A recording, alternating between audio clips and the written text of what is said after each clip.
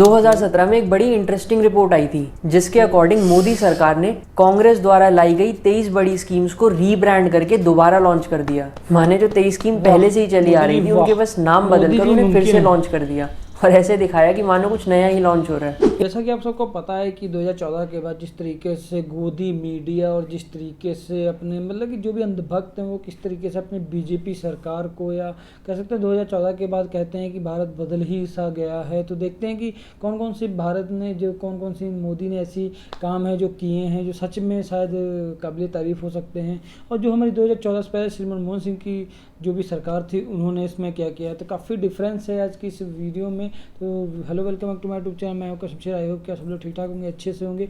आज की वीडियो में हम लोग देखेंगे कि मनमोहन सिंह वर्सेस मोदी मतलब कि क्या क्या काम किया अभी उन्होंने। जब इतना कोसते हैं लोग कि 60 साल में मतलब कांग्रेस ने क्या किया या मनमोहन सिंह ने ऐसा क्या कर दिया था जो अब मोदी जी ने अलग कर दिया है कुछ। तो देखते हैं क्या ऐसे चेंजेस हुए हैं जो शायद हमको नहीं पता हो, शायद हम अंधभक्तों के कुछ ज़्यादा ही खिलाफ हों, क्योंकि शायद हमको शायद जिस हिसाब से गोदी मीडिया के लोगों को अंधभक्तों को दिखाने में रुचि रहती है उसी तरीके से शायद हमको कुछ और दिखता हो, तो जिस वजह से हमको ना दिखाओ शायद इस वीडियो में हमको दिख जाए। तो चलिए वीडियो शुरू करते हैं, लेकिन उससे पहले चैनल को के लिए सब्सक्राइब लाइक शेयर कमेंट जरूर कीजिएगा। और एक हमारा नया चैनल है टेक जिसका लिंक डिस्क्रिप्शन में है, उस पर भी जाकर विजिट जरूर कीजिएगा। कुछ वक्त पहले मोदी जी ने पार्लियामेंट में ये कहा, आदरणीय अध्यक्ष, इस बात को हिंदुस्तान हर पल याद रखेगा। 2014 के पहले का जो दशक था तो लॉस्ट डेकेड के रूप में जाना जाएगा।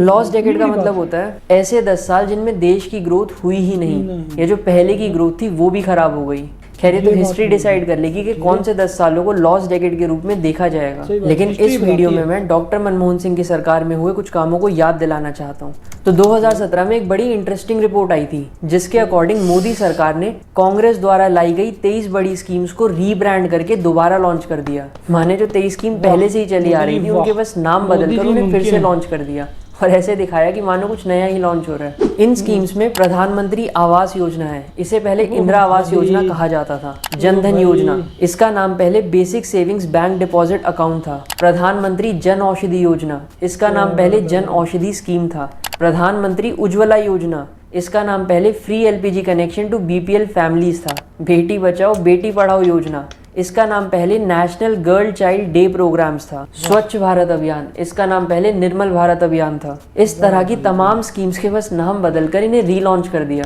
शशि थरूर ने इस पर ट्वीट भी किया था कि मोदी सरकार को सिर्फ नेम चेंज करना आता है, गेम चेंज करना नहीं। लेकिन इस पूरी एक्सरसाइज से एक बड़ी इंटरेस्टिंग चीज हुई। द वायर की इस रिपोर्ट ने दिखाया कि मोदी सरकार ने जो धूमधाम से कांग्रेस की एग्जिस्टिंग स्कीम्स के नाम बदलकर रीलॉन्च किया था उससे असल में इन स्कीम्स के लाभार्थी बढ़ गए, क्योंकि लोगों में इन स्कीम्स के प्रति अवेयरनेस बढ़ गई।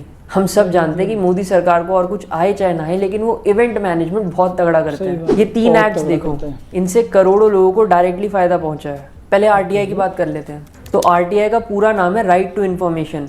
इसे 2005 में डॉक्टर मनमोहन सिंह की सरकार में लागू किया गया था।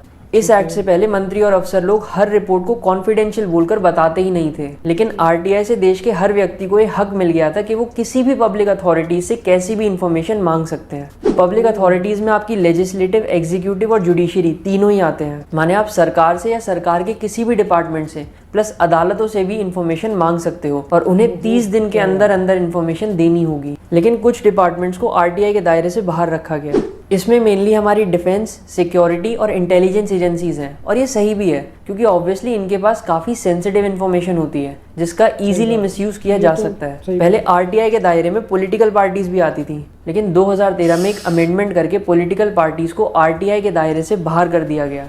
आरटीआई की डिमांड कई सारे सोशल एक्टिविस्ट कई सालों से कर रहे थे। इनमें से एक व्यक्ति अरविंद केजरीवाल भी थे। केजरीवाल को उनके कंट्रीब्यूशन के लिए 2006 में रेमॉन मैग्सेसे अवार्ड भी मिला था। 2005 से 2015 तक माने इन 10 सालों में करीब 1,75,00,000 से भी ज्यादा आरटीआई एप्लीकेशंस डाली गई हैं। तो आरटीआई से लोगों का कितना फायदा हो रहा है आपके सामने है। 2019 में मोदी सरकार ने आरटीआई में कई बड़े अमेंडमेंट्स करे। आप इंडियन एक्सप्रेस के इस आर्टिकल में पढ़ सकते हो। बट अगर शॉर्ट में कहूँ तो आरटीआई को काफ़ी हद तक कमज़ोर कर दिया गया। अभी फिलहाल आपको आरटीआई में इन्फॉर्मेशन कम और नेशनल सिक्योरिटी पर ज्ञान ज़्यादा मिलता है। दूसरी एक्ट है मनरेगा। इसका पूरा नाम है Mahatma Gandhi national rural employment guarantee act. मनरेगा को 2 साल के पायलट प्रोजेक्ट के बाद 2008 में पूरे इंडिया में लागू कर दिया गया था। ये एक्ट बेसिकली गांव में रहने वाले लोगों को रोजगार की गारंटी देता है। माने हर परिवार से एक व्यक्ति को साल भर में 100 दिन का काम तो गारंटीड मिलेगा ही मिलेगा। इसमें मेल फीमेल दोनों काम कर सकते हैं और काम खत्म होने पर पैसा डायरेक्टली अकाउंट में आ जाता है। और अगर 15 दिन के अंदर अंदर आपको काम नहीं मिलता तो सरकार एक फिक्स्ड अमाउंट आपके अकाउंट में डाल देती है। वर्ल्ड बैंक ने अपनी वर्ल्ड डेवलपमेंट रिपोर्ट 2014 में मनरेगा के इनिशिएटिव को stellar example of rural development बताया था। हालांकि जब नरेंद्र मोदी प्रधानमंत्री नहीं बने थे तब उन्होंने अपनी एक रैली में कहा था कि मनरेगा को मनमोहन सिंह के सबसे बड़े फेलियर के रूप में जाना जाएगा। लेकिन सच तो ये है कि डीमोनेटाइजेशन, जीएसटी और लॉकडाउन की वजह से जब हमारा जीडीपी ग्रोथ रेट लगातार नीचे जा रहा था उस वक्त मनरेगा ने रूरल इकोनॉमी को बचाए रखा। आज के वक्त में बीजेपी वाले मनरेगा की तारीफ करते नहीं थकते, बट स्टिल पिछले 2 साल से मनरेगा का बजट लगातार कम किया जा रहा है। वहीं दूसरी तरफ गरीब कल्याण अन्न योजना को लगातार एक्सटेंड किया जा रहा है। क्यों? क्योंकि फ्री राशन देने की वजह से ज्यादा पॉलिटिकल फायदा होगा, ज्यादा वोट मिलेंगे एज कम्पेयर टू मनरेगा। ये मैं नहीं कह रहा हूँ, लोग ऐसा मानते हैं। तीसरा है फूड सिक्योरिटी एक्ट। इसे 2013 में लागू किया गया था। इसके अकॉर्डिंग देश की 2/3 पॉपुलेशन माने 75% रूरल एरियाज और 50% अर्बन एरियाज एलिजिबल होंगे सब्सिडाइज्ड राशन के लिए।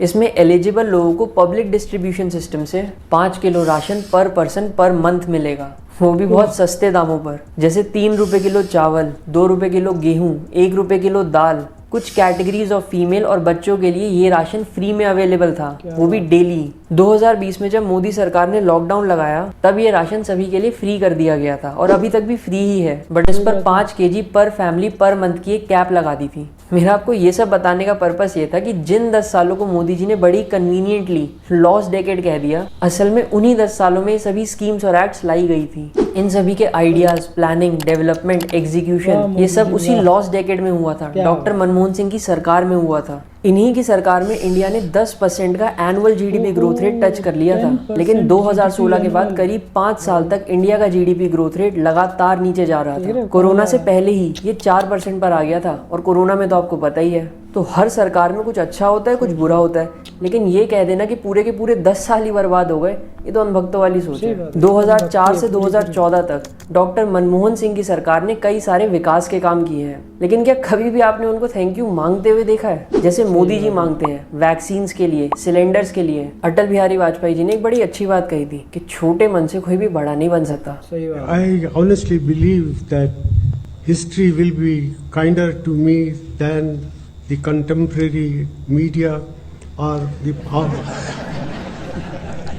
for that matter the opposition parties in parliament. तो आपको इस वीडियो को देख के लग ही गया होगा कि हमारे मोदी जी कितने बड़े देशभक्त हैं और हमारे मनमोहन सिंह जी जो अपने जो पॉलिटिक्स काल में, जो भी पॉलिटिक्स टाइम में उन्होंने क्या क्या ऐसा देश के लिए किया जिससे कि हमारी जो एनुअल जीडीपी थी वो 10% पे पहुंच गई। और जो मोदी जी हैं वो हमारी जीडीपी को 7% तक कर ले आया, जब कोरोना से पहले 4% तक ले आए थे। तो आप सोच सकते हैं ना कितना अच्छा कर रहे हैं हमारे मोदी जी। क्या जिस हिसाब से मोदी जी भाषण देते रहते हैं ना कि मनमोहन सिंह या इन्होंने कहा कुछ नहीं किया, ये वो, इन्होंने क्या किया? 23 जो उनकी नीतियाँ थी उनको कॉपी पेस्ट करके, उनको रीयूज़ करके उनको फिर से रिप्रेजेंट कर दिया।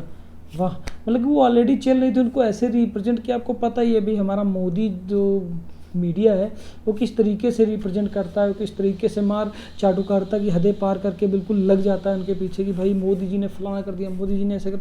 भाई किया क्या? इतना चिल्लाने से क्या फ़ायदा? किया क्या? मुद्दे की बात है, देश का ऐसा कोई काम बताइए जो उसने भला किया। अभी 23 ऐसी जो भी हैं जिसकी वजह से जो मनमोहन सिंह की या कांग्रेस सरकार की थी वो नीतियां जो उनको कॉपी करके आपने रिप्रेजेंट कर दिया है। और क्या किया आपने? आप बस मोदी जी जो है उनकी नीतियों को रिप्रेजेंट करते हैं नाम बदल के, और योगी जी हमारे जो है वो जो है जगहों के नाम बदल के रिप्रेजेंट कर देते हैं। वाह भाई, ये काम हो रहे हैं बस देश में, और यही राजनीति रह गई आज की। और फ्री का राशन बांटना तो बस मोदी जी से ही कोई सीख सकता है, ताकि उनको वोट मिलेगा, फिर उनकी वोट बैंक बनती है ना फ्री के राशन से। तो वो आप सबको पता है किस तरीके से। और मीडिया जो हमारा वो तो अपना सबको घर बुरिया बिस्तर लेके वो बस मोदी जी की चाटुकारिता में लगे हुए हैं। आई होप कि इसकी वीडियो काफ़ी इंटरेस्टिंग लगी होगी। अगर वीडियो अच्छी लगी हो तो प्लीज़ लाइक शेयर कमेंट जरूर कीजिएगा। और हमारा नया चैनल जो कि टेक है, लिंक डिस्क्रिप्शन में है, प्लीज़ उस पर भी जाके विजिट जरूर कीजिए। तो मिलते हैं नेक्स्ट वीडियो में एक और अच्छे से रिएक्शन वीडियो के साथ। अब तक टेक केयर, बाय बाय।